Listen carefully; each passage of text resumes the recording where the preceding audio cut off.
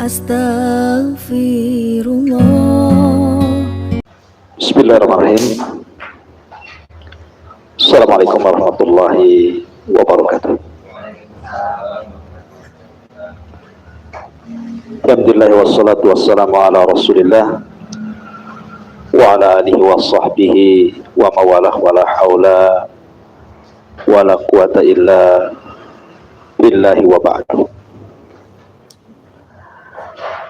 Alhamdulillah, segala puja dan pujiannya milik Allah subhanahu wa ta'ala. Salawat, kering salam kita hadiahkan kepada Rasul kita Nabi besar Muhammad sallallahu alaihi wasallam.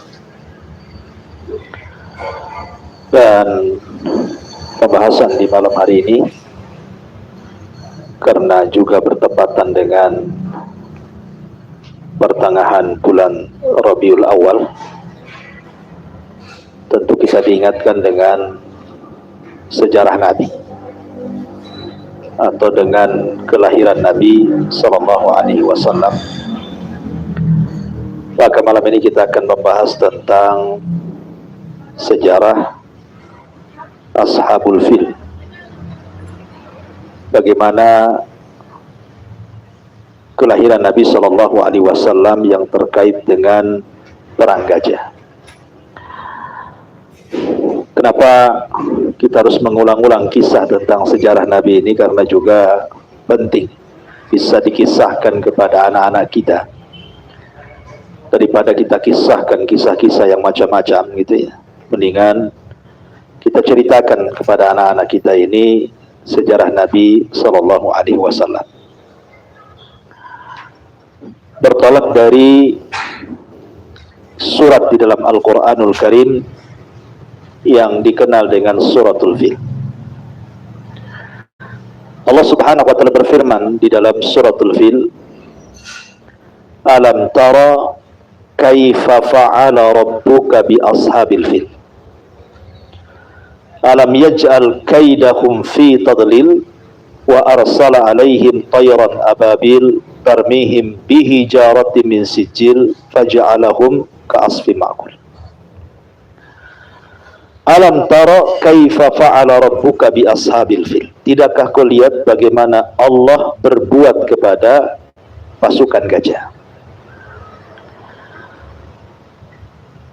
Dahulu di negeri Yaman ada satu daerah namanya Najran. Daerah itu namanya Najran, dan dipimpin oleh seorang Yahudi namanya Dzunwas. Dzunwas ini seorang penyihir, dan dia mengaku Tuhan, sama dengan raja-raja sebelumnya seperti Namrud dan juga Fir'aun juga mengaku Tuhan, karena dia mempelajari ilmu sihir dan punya guru tukang sihir yang selalu menampakkan keanehan supaya tampak dia dianggap Tuhan. Masalahnya masyarakat Najran itu umumnya adalah orang-orang Nasrani, sementara rajanya Yahudi pula, gitu ya. Akhirnya kemudian Dzunwas ini sangat zalim sekali dan berakhir dengan pemaksaan orang-orang Najran yang beragama Nasrani untuk masuk ke Yahudi. Tetapi kebanyakan mereka tidak mau, dan berakhir dengan penyiksaan dengan cara dibakar hidup-hidup, dan jumlah mereka bukan sedikit, sampai dijelaskan oleh ahli sejarah itu sampai 20.000 warga Najran yang beragama Nasrani itu dibakar hidup-hidup.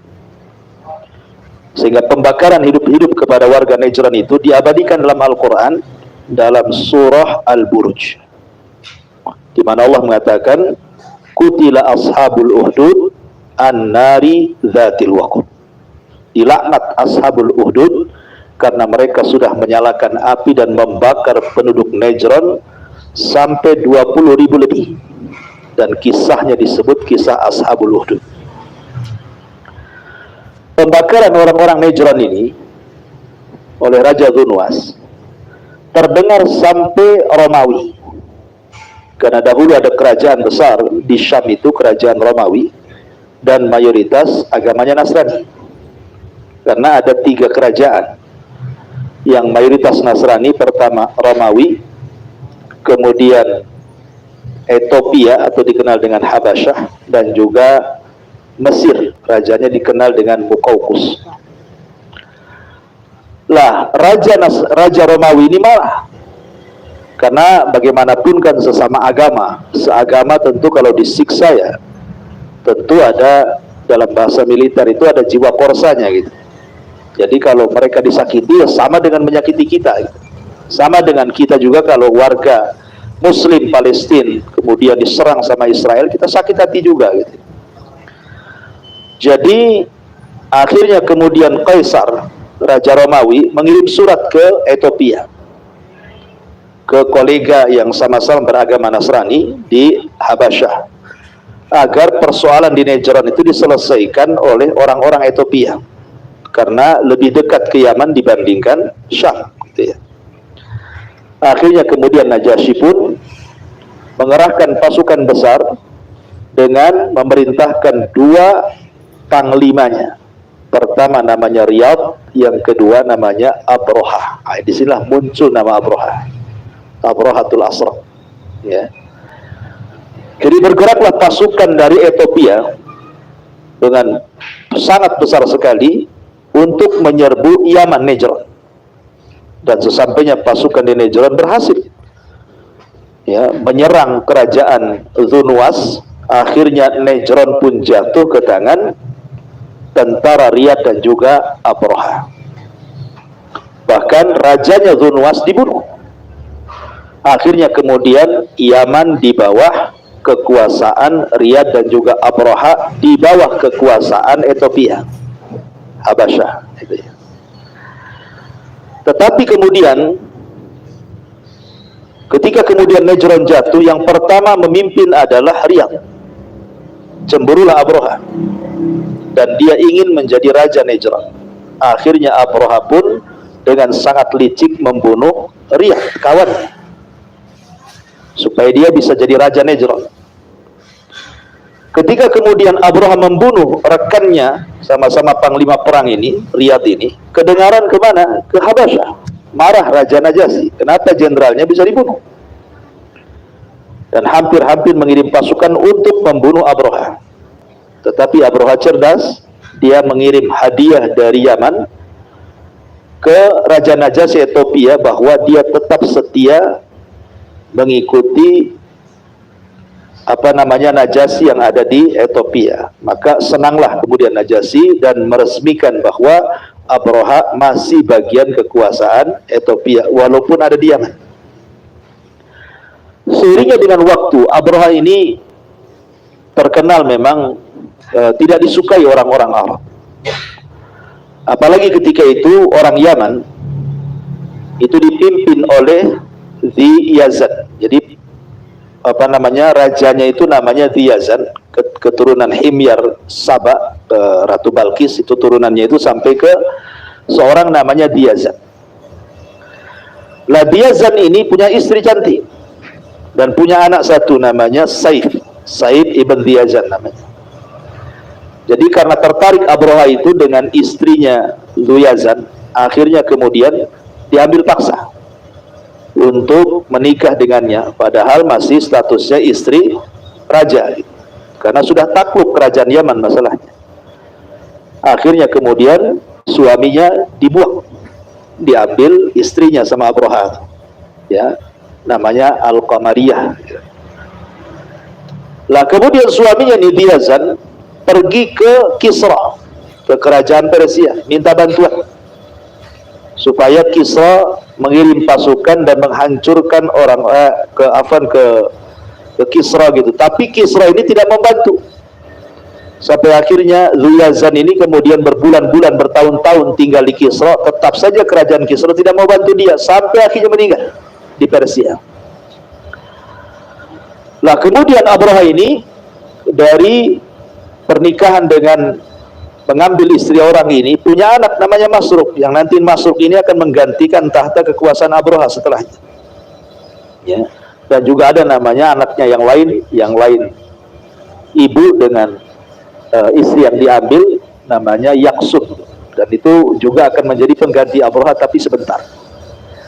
Jadi singkat cerita, akhirnya kemudian Abraha ini melihat kondisi orang-orang Arab itu kok aneh gitu ya.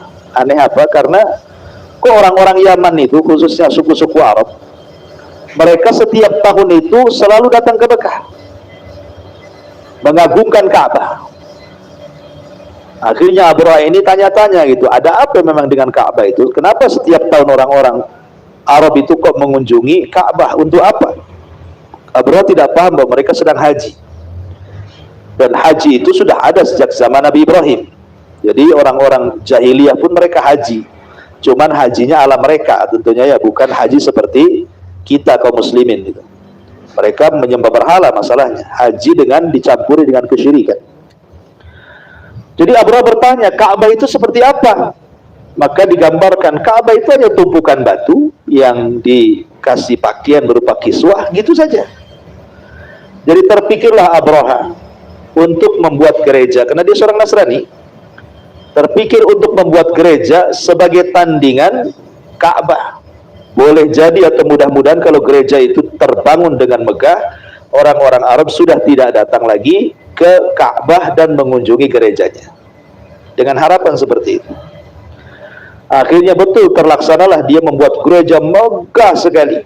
Sampai dibantu oleh Ethiopia dana-dananya, sampai gereja itu dicampurnya dengan emas, dengan perak, dan tinggi sekali. Saking tingginya orang-orang menyebutnya kulais. Kulais itu dari bahasa kolam sua, jadi kalau nenggak itu pecinya sampai jatuh. Saking tingginya, makanya disebut kulais itu ya. Ketika sudah diresmikan gereja itu, kok tidak ada orang yang datang?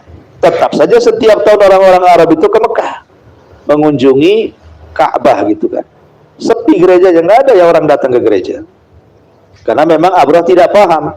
Dikiranya orang datang ke Mekah itu karena persoalan fisik bangunan. Makanya dia membuat fisik bangunan yang lebih megah. Tidak paham bahwa di balik Ka'bah itu bukan masalah fisik bangunan, tetapi masalah keyakinan, pengagungan, ya kan? Akhirnya kemudian ada seorang laki-laki dari Mekah, seorang anak muda dari Mekah. Dia tidak suka dengan gerejanya Abraha. Kemudian dia berjalan kaki dari Mekah menuju Son Ayaman. Rupanya sampai di gerejanya malah membuat Abraha marah. Kenapa? Karena dia mengencingi gerejanya dan buang hajat di tengah-tengah gereja sambil meletakkan surat penghinaan. Kononnya dia ingin membela Ka'bah dengan cara seperti itu. Tapi ini bukan Muslim, karena kan belum ada Islam.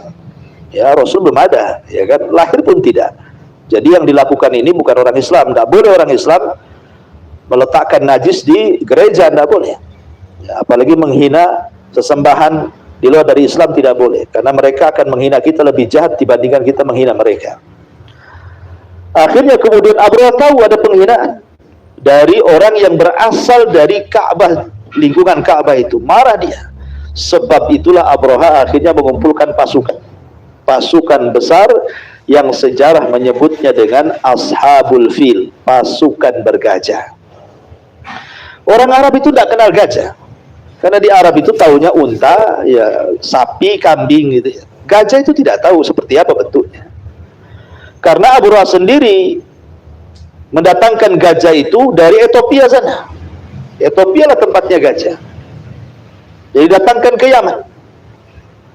Karena orang Arab tidak tahu kemudian gajah seperti apa, ngelihat aja udah takut gitu. Kok ada binatang kayak gitu ya. Makanya kemudian dikenal namanya dengan Ashabul Fil, karena nggak pernah lihat gajah, tiba-tiba lihat gajah, ketakutan mereka. Lah ketika Abraha kemudian bawa pasukan gajah dari Yaman menuju Mekah untuk menghancurkan Ka'bah, Abraha tidak hendak menyerang orang Arab, tidak. Dia hanya ingin membalas sebagaimana mereka telah menghina gerejanya, maka akan dihancurkan Ka'bahnya itu saja. Akhirnya Abraha pun bawa pasukan. Orang-orang Arab itu berusaha menghalang-halangi, tapi apa daya, orang pasukan Abraha kuat, sehingga nggak ada gunanya. Tetap saja dia ngeringsek dan berjalan sampai mendekati Mekah. Sampai ketika sampai di Taif, orang-orang Taif ketakutan. Karena di Taif itu ada sesembahan orang Taif yang bernama Lata. Kan ada Lata, Uzza, Manat. Lah di Taif itu ada patung Lata. Sehingga orang-orang Taif menyangka bahwa Abraha itu akan menghancurkan Lata. Sehingga orang-orang Taif keluar semuanya, kemudian meminta agar jangan dihancurkan Lata. Mereka siap loyal dengan Abraha, tapi jangan dihancurkan Lata. Akhirnya orang Taif kemudian menitipkan seorang laki-laki namanya Abu Rugol sebagai penunjuk jalan kemana arah ke Mekah dari Taif itu. Sebagai imbalannya, asal jangan dihancurkan patung Lata itu. Akhirnya berangkatlah kemudian Abraha dipandu oleh Abu Rugol orang Taif itu. Tapi sayang Abu Rugol kemudian mati di tengah jalan. Dan kuburannya sampai hari ini dilempari batu sama orang Arab. Kenapa? Karena dia orang yang pertama berkhianat, yang menunjukkan jalan Abraha menuju Mekah. Sampai sekarang kalau lewat kuburannya Abu Rugol itu dilempari batu. Ya, karena dia orang yang pertama berkhianat kepada bangsa Arab. Lah ketika Abraha kemudian terus menyusul sampai mendekati Mekah, melewati peternakan orang-orang Arab, lah kebetulan unta-untanya Abdul Muttalib itu ada di situ. Ya. Rupanya dicuri sama pasukan Abraha itu. Unta-unta orang Arab, salah satunya untanya Abu Talib pun kena curi juga. Sekitar 200 unta itu diambil milik Abdul Muttalib, kemudian dibawa oleh pasukan Abraha. Lah ketika sampai di sebuah tempat namanya Wadin Muhassir, lembah di mana Abraha akan dihancurkan di situ. Ya. Jadi kemudian Abraha ingin berjumpa siapa sih pemimpin Arab sebenarnya, dan bertanya siapa pemimpin Arab. Maka orang-orang menyebutnya Abdul Muttalib, kakeknya Nabi. Maka ingin berjumpalah Abraha dengan kakeknya Nabi.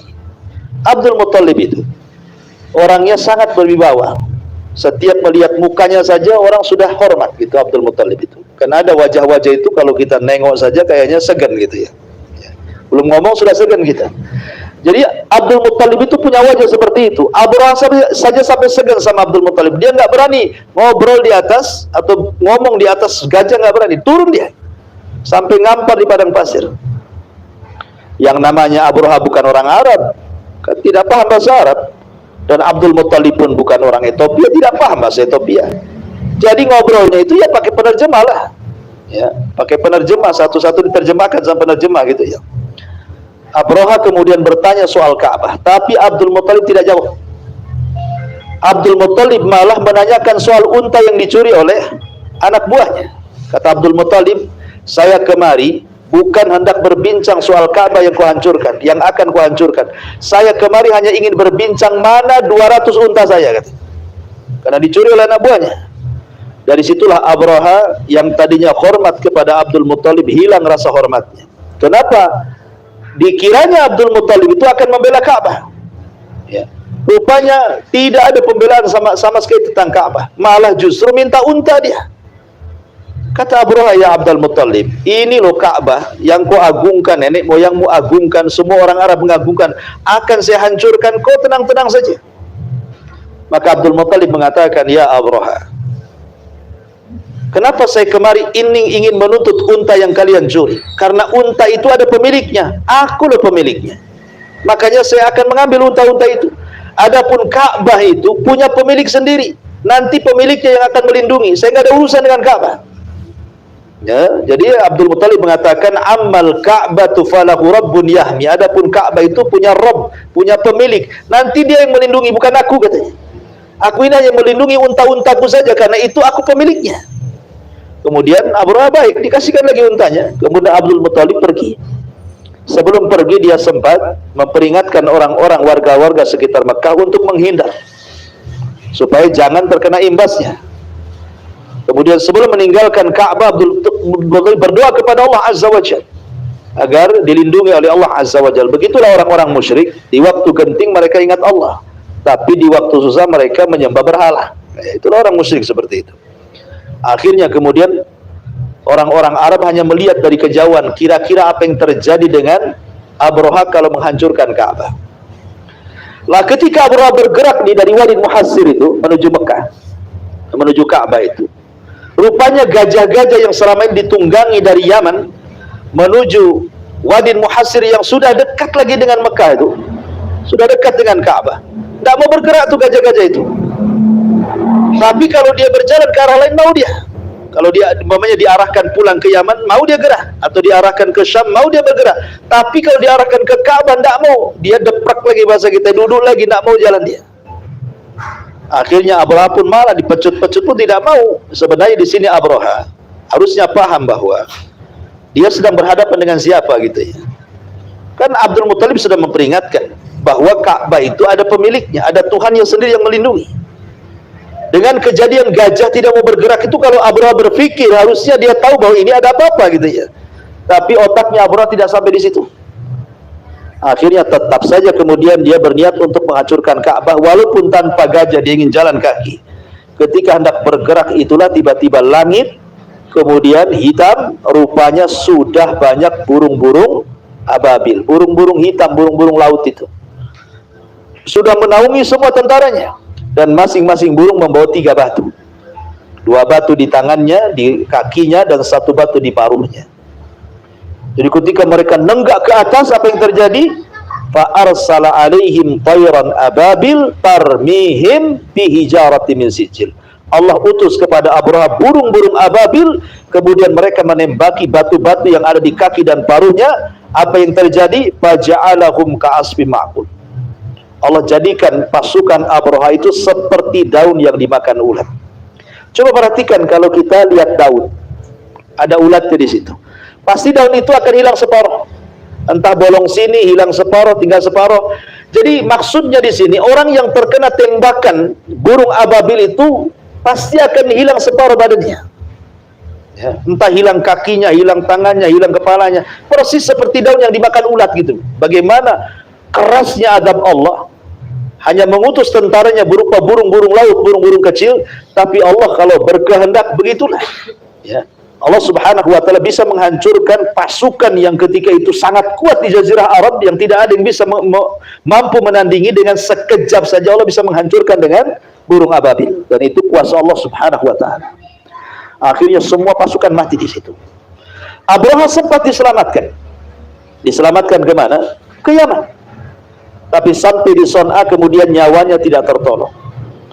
Namun sebelum dia meninggal, dia titipkan kerajaan Habasyah yang ada di Yaman kepada anaknya namanya Yaksum. Abraha meninggal, kemudian Yaksum pun yang memimpin Najran kala itu. Tapi tidak lama, hanya beberapa waktu karena sakit kemudian meninggal.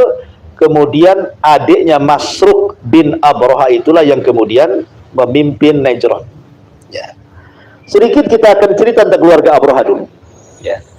Jadi Abraha ini dari pernikahan, tadi kan sudah saya singgung di awal, Abraha itu menculik istrinya Raja Yaman, ya, namanya Qamariyah, dari suaminya namanya Diyazan. Dari pernikahan Abraha ini dengan Qamariyah ini lahir anak namanya Masruq ini.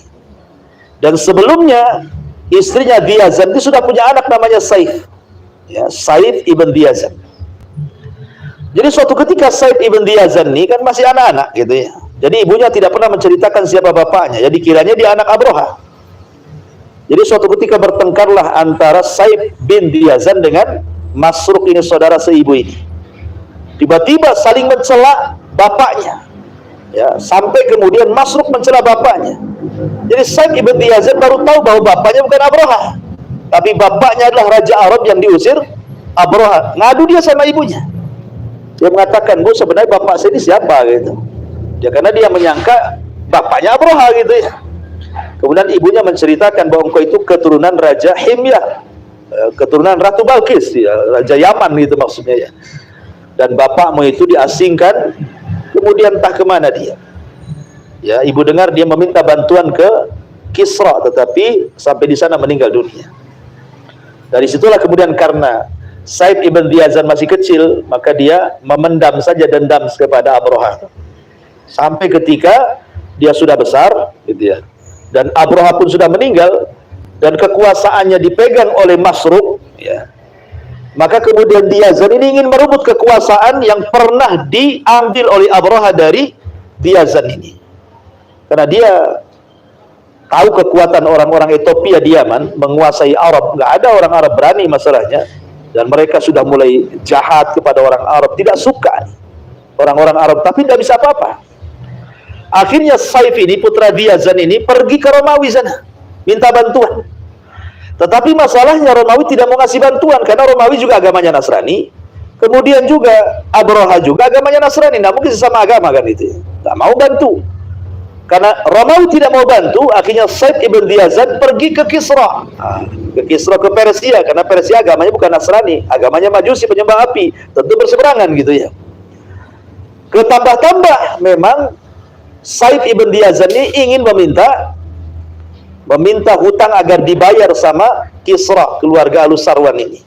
Karena dulu bapaknya minta bantuan, tidak dibantu sampai meninggal di pintu Kisra kan gitu ya. Maka dia datang ingin menagih hutang. Sesampainya kemudian di Persia, dia ketemu dengan pembesar Arab namanya Nu'man ibn Munzir. Nu'man ibn Munzir ini keturunan raja juga, dihormati oleh Raja Persia Al-Sarwan. Jadi akhirnya kemudian ketika melihat Saif ibn Diyazan ini, maka Nu'man ibn Munzir menghormati dia dan dihadapkan kepada Raja Sarwan, Raja Kisra, Raja Persia ini, bahwa ada Raja Arab datang meminta bantuan. Awalnya orang-orang Persia ini, Raja Kisra ini, Al-Sarwan ini nggak mau bantu. Buat apa saya kirim pasukan kemudian menyerang Habasyah yang ada di Yaman? Yaman ini apalah? Apa hasilnya kalau saya nyerang? Yaman ini hanya padang pasir, isinya hanya unta sama kambing, nggak menguntungkan kerajaan sama sekali. Jadi nggak mau orang-orang Kisra ini bantu. Akhirnya kemudian karena sebagai penghormatan Al-Sarwan ini, Raja Kisra ini, Raja Persia, memberi hadiah kepada Saif ibn Diyazan dengan setumpuk emas, sebaiknya kau pulang lagi lah ke Yaman. Sebagai imbalannya saya kasih hadiah. Tetapi kemudian sama Saif ibn Diyazan ini malah dibagi-bagikan di orang-orang miskin di Persia itu. Ketahuan sama prajurit, dilaporkan sama raja, marah sama raja, dipanggil lagi Saif ibn Diyazan. Apa maksudnya ini? Dikasih hadiah malah dibagi-bagikan. Ya. Akhirnya kemudian Saif ibn Diyazan ngomong, saya kemari loh bukan ingin dapat emas. Saya kemari bukan ingin mendapatkan hadiah. Saya kemari ingin menuntut hutang bapakku. Dulu bapakku kemari minta bantuan, kau hanya janji-janji mau bantu sampai meninggal bapakku di sini. Kalau kau mau, kirimkanlah pasukan bantu aku rebut Yaman dari orang-orang Ethiopia. Akhirnya kemudian karena itu permintaannya, kata Raja Persia, tunggu dulu sampai saya berunding dengan para pejabat di Persia. Akhirnya dirundingkan. Ya. Setelah dirundingkan, kemudian para pejabat itu punya ide dan ngomong sama rajanya, Raja Kisra itu, Al-Sarwan, dan mengatakan, kita bantu saja. Tetapi jangan kita kerahkan tentara-tentara kita. Bukankah di penjara banyak penjahat? Di penjara itu banyak maling, banyak koruptor, ya. Banyak tentara-tentara yang berkhianat. Gimana kalau kita utus saja sebagai pasukan, kita keluarkan saja orang-orang penjara, biar orang-orang yang di penjara itu yang nyerang Yaman katanya. Jangan pakai pasukan kita. Jadi kalau terjadi kekalahan, kita nggak rugi, mereka orang jahat. Kalau kita menang, maka Yaman akan masuk pada kekuasaan Persia. Kata Raja Kisra setuju. Akhirnya semua orang penjara dikeluarkan. Ya. Dan dijadikan pasukan untuk berangkat dengan Saif ibn Diyazan berperang di Yaman. Ya, jumlahnya tidak banyak, hanya 600 orang yang ada di penjara. Cuman masalahnya di penjara itu ada mantan panglima perang, ya, yang sangat dikenal, tetapi menentang raja, maka di penjara. Ya, namanya Wahzar namanya ya. Jadi namanya Wahzar. Wahzar itulah yang memimpin 600 pasukan Persia, orang-orang yang di penjara itu, untuk ikut dengan Saif ibn Diyazan ke Yaman menggunakan 8 perahu. Akhirnya berangkatlah dengan 8 perahu, kemudian 2 tenggelam dan sisanya 6 perahu, sampailah di Aden, Yaman. Akhirnya Saif ibn Diyazan itu mengerahkan kabilah-kabilah Arab bahwa ada bantuan dari Persia. Maka kemudian kabilah-kabilah Arab yang tadinya takut ketika mendengar ada bantuan dari Persia, berani mereka untuk melawan Masruk putra Abroha dan orang-orang Ethiopia yang menduduki Nejron. Di sini terjadi peperangan antara orang-orang Arab yang dipimpin Saif ibn Diyazan yang dibantu oleh Wahzar, pemimpin dari Persia, dengan 600 pasukan, dan melawan tentara Masruk putra Abroha yang begitu banyak gitu. Tetapi singkat cerita, akhirnya Masruk terbunuh oleh Wahzar dan kemudian Nejron jatuh ke tangan Persia. Walaupun yang memimpin Said ibn Yazan, tetapi kan loyalnya ke Persia, tetap harus ngirim upeti ke Persia, karena berkat Persia lah kemudian Said ibn Yazan ini bisa mengusir orang-orang Habasyah balik lagi ke Ethiopia sana. Lah dari sinilah kemudian Said ibn Yazan jadi raja di Yaman. Jadi ketika dia masuk ke Son'a dan berdiri di singgasananya, orang Arab senang sekali. Kenapa? Karena mereka benci dengan orang-orang Habasyah. Akhirnya datanglah dari daerah-daerah ingin mengucapkan selamat. Salah satunya adalah dari Quraisy datang, dipimpin oleh Abdul Muthalib. Di sana ada Abdullah ibn Jad'an, Umayyah ibn Abdi Syamsi, termasuk juga ayahanda Khadijah namanya Khuwailid juga ikut bersama Abdul Muthalib datang ke Yaman ingin mengucapkan selamat karena sudah mengusir orang-orang Ethiopia pulang lagi ke Habasyah sana. Akhirnya disinilah pertemuan Abdul Muthalib dengan Said ibn Yazan. Kemudian ketika Abdul Muthalib berjumpa dengan Said ibn Yazan, Said ibn Yazan raja Yaman ini melihat Abdul Muthalib ini dengan penglihatan aneh, berbeda dengan orang Arab yang lainnya. Kayaknya ada apa-apa. Akhirnya suatu pertemuan, Abdul Muthalib memperkenalkan bahwa dia ahlul haram, dialah yang menjaga Ka'bah, dia begini. Makin suka nih Said ibn Yazan dengan Abdul Muthalib ini. Sampai akhirnya Said ibn Yazan raja Yaman mengatakan kepada Abdul Muthalib, bagaimana kalau kita ngomong berdua, jangan di hadapan orang, ada sesuatu yang akan saya bicarakan. Akhirnya berjumpalah Abdul Muthalib dengan raja Yaman Said ibn Yazan ini. Kata Said ibn Yazan, wahai Abdul Muthalib, aku ini punya ilmu yang kau tidak tahu, dan manusia pun tidak tahu. Aku suka membaca kitab-kitab lama. Aku lihat bahwa dari keturunanmu akan ada yang jadi nabi. Jadi Said ibn Yazan ini mengatakan kepada Abdul Muthalib bahwa keturunanmu akan ada yang jadi nabi. Karena saya membaca ini waktu kenabian sudah dekat. Nama nabi yang akan muncul itu namanya Ahmad ataupun Muhammad. Dia punya ciri stempel kenabian di bahu sebelah kirinya. Dan dia ayah ibunya meninggal, kemudian yang mengasuh paman dan kakeknya. Kemudian bla bla bla bla. Persis seperti apa yang dialami Nabi. Jadi Said ibn Yazan itu punya pengetahuan soal Rasul. Jadi Abdul Muthalib kaget loh, kenapa dia tahu soal pengetahuan itu? Abdul Muthalib awalnya menutupi, tapi lama-lama akhirnya kemudian Abdul Muthalib mengatakan, kok persis seperti cucuku, kata Abdul Muthalib. Kata Abdul Muthalib, aku loh punya anak namanya Abdullah. Dia menikah dengan seorang wanita namanya Aminah. Kemudian dia punya anak namanya Muhammad. Sekarang dua orang tuanya meninggal. Dan sekarang kemudian anak itu sudah dikapil oleh pamannya dan kakeknya, maksudnya saya dan Abu Thalib gitu ya. Kata Said ibn Yazan, jangan-jangan itu yang dimaksud. Maksudnya, jangan-jangan itulah Nabi yang dimaksud gitu ya. Yang akan memimpin umat, membawa keadilan, menghancurkan berhala dan begitu seterusnya. Tetapi kata Said ibn Yazan mengatakan kepada Abdul Muthalib, tapi hati-hati. Orang-orang Yahudi tidak suka. Kamu harus melindungi cucumu. Dan sejak itu Abdul Muthalib merahasiakan. Sampai Rasulullah besar, dan Abdul Muthalib pun tidak lama, hanya 2 tahun mengasuh Rasul, kemudian meninggal ketika Rasul di usianya 8 tahun baru berpindah ke tangan Abu Thalib, kan gitu ceritanya. Jadi akhirnya kemudian dari sini menunjukkan bahwa ramalan akan munculnya seorang nabi itu sudah tersebar di orang-orang Arab itu. Sampai Raja Yaman Said ibn Yazan itu ngomong begitu. Makanya ketika kemudian kelahiran seorang nabi itu sudah mendekati, orang-orang Arab sudah tahu karena sudah tersebar masalahnya kan. Sehingga banyak orang-orang yang kalau lahir orang Arab itu dikasih namanya Muhammad. Jadi ada sekitar 14 keluarga punya anak itu dikasih nama Muhammad semua. Karena apa?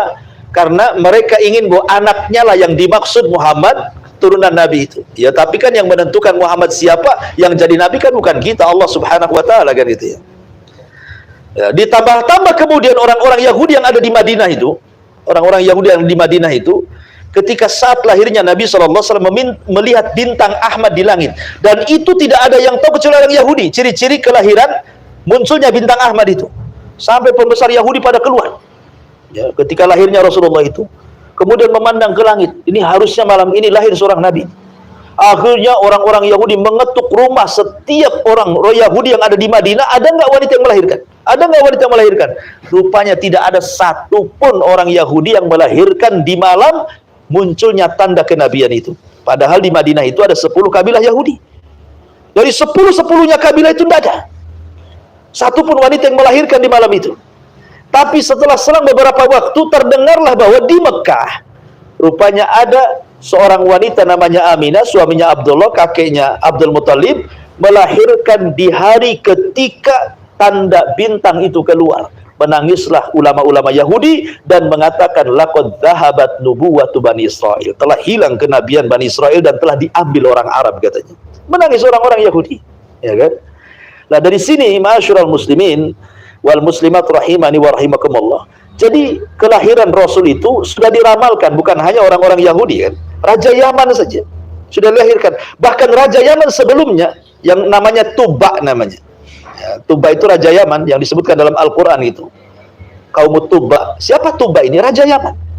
Sampai ketika dia ke Madinah, ya, sampai dia membangun rumah di Madinah itu, yang kemudian belakangan rumah itu dipakai oleh Abi Ayyub Al-Ansari. Ketika hijrah Nabi SAW, Rasul tinggal di rumah itu. Rumah itu yang membangun Raja Yaman. Karena apa? Berpikir bahwa nanti Nabi itu akan muncul dan akan tinggal di sini.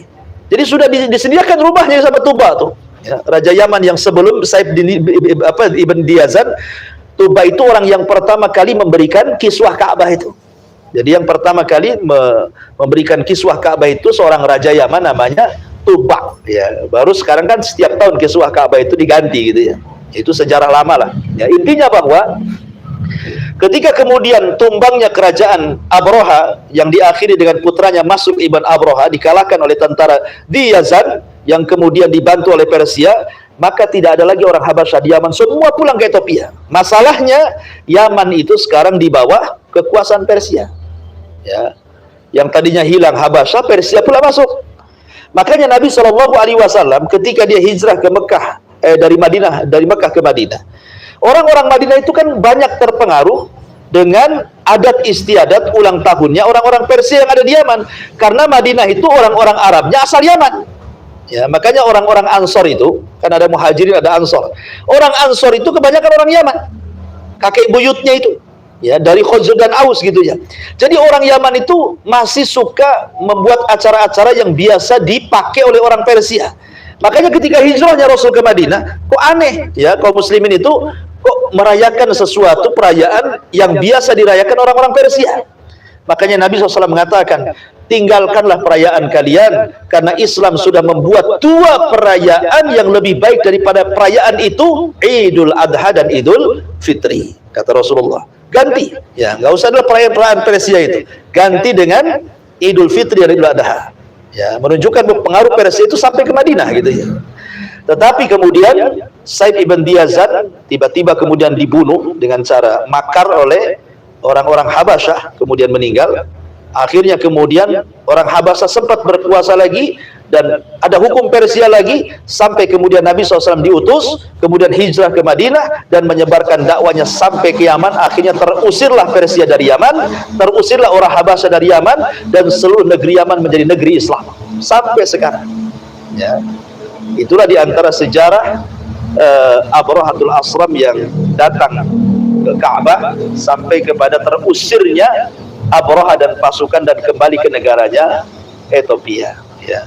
Wallahu a'lam bishawab. Inilah kandungan makna daripada suratul Fil. Ya, mudah-mudahan sejarah singkat ini bisa dipahami, bisa diceritakan kepada anak-anak, karena bagaimanapun sejarah Nabi jauh lebih penting dibandingkan cerita-cerita yang lainnya. Silakan sebelum saya tutup kita buat tanya jawab. Tafadhol.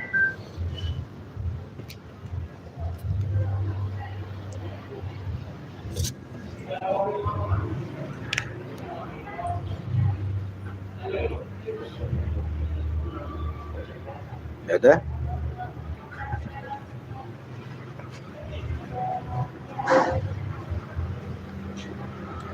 Cukup? Kalau nggak ada? Iya.